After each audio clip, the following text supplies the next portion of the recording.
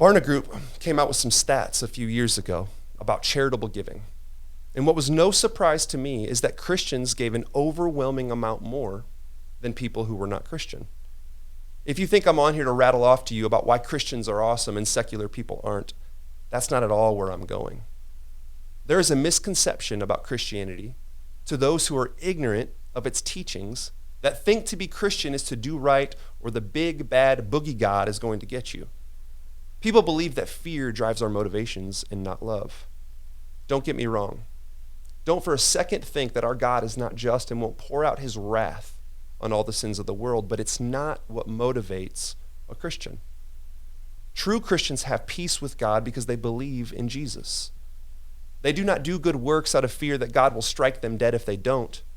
They do good works because they are motivated by the undeserving love that God has poured out for them. It's not because we do good things that we are saved, but because we believe in the only righteous person that ever existed.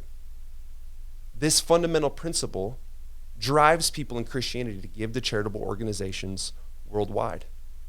This is why Christians adopt more kids than any other people group, why they lead the efforts overseas in dealing with hunger and disease, why they lead the fight against abortion.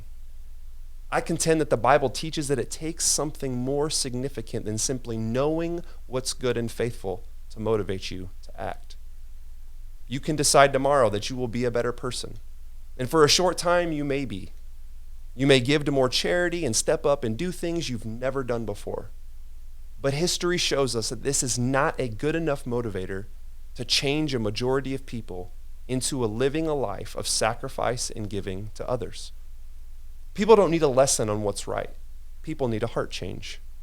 They need their hearts melted from the source of love himself and to acknowledge their need for a heart change. When this happens, cultures are created and God's kingdom comes alive. Let me go into a little detail about myself. I have failed much in my life. I fall significantly short of God's standards. I do not love the way that I wish I loved. Being a pastor in no way gives me a delusion that I am better than someone else. But what it does give me through the study of his word is an appreciation for his sacrifice and acceptance of me despite my frequent failures. This motivates me to give. This motivates me to do things I wouldn't otherwise do if left to myself. This is Christianity. Those outside of the church need to be very careful in saying things like Christianity needs to go away. They don't realize that they are saying that they want the most significant source of good in the world to go away. They want what their country was founded on to go away. They want what their freedoms were founded on to go away. There is no such thing as an unreligious society because worship is at the core of all people. They will sacrifice their time, their thoughts, and their money to something, and if it's not God, then what is it? It's how we were designed. And listen to those churches out there that have done away with the message of the gospel, the true message of the gospel, and have signs in their yard that say things like open and affirming, I give the same warning.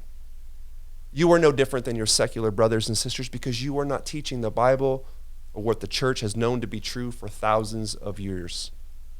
Your unbelief is part of the reason we deal with the issues we do today in America. You have boiled Christianity down to nothing more than inauthentic kindness and emotions. It is not love to leave a brother and sister in their sin, it's hate. If you don't preach sin and repentance, you don't preach the depth and width of the love of God through Christ on the cross for all of us. So my question is, what type of life are you living? Do you give your time, your money, and your resources to the poor and needy? Do you lay your life down for the good of those around you?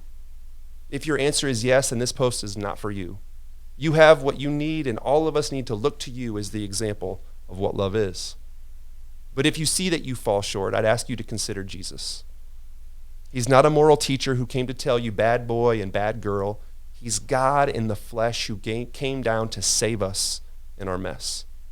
Stop thinking you understand religion of your mom and grandma, and instead look and study it for yourselves.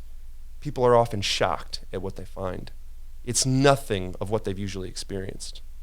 I love you guys, and thanks for listening.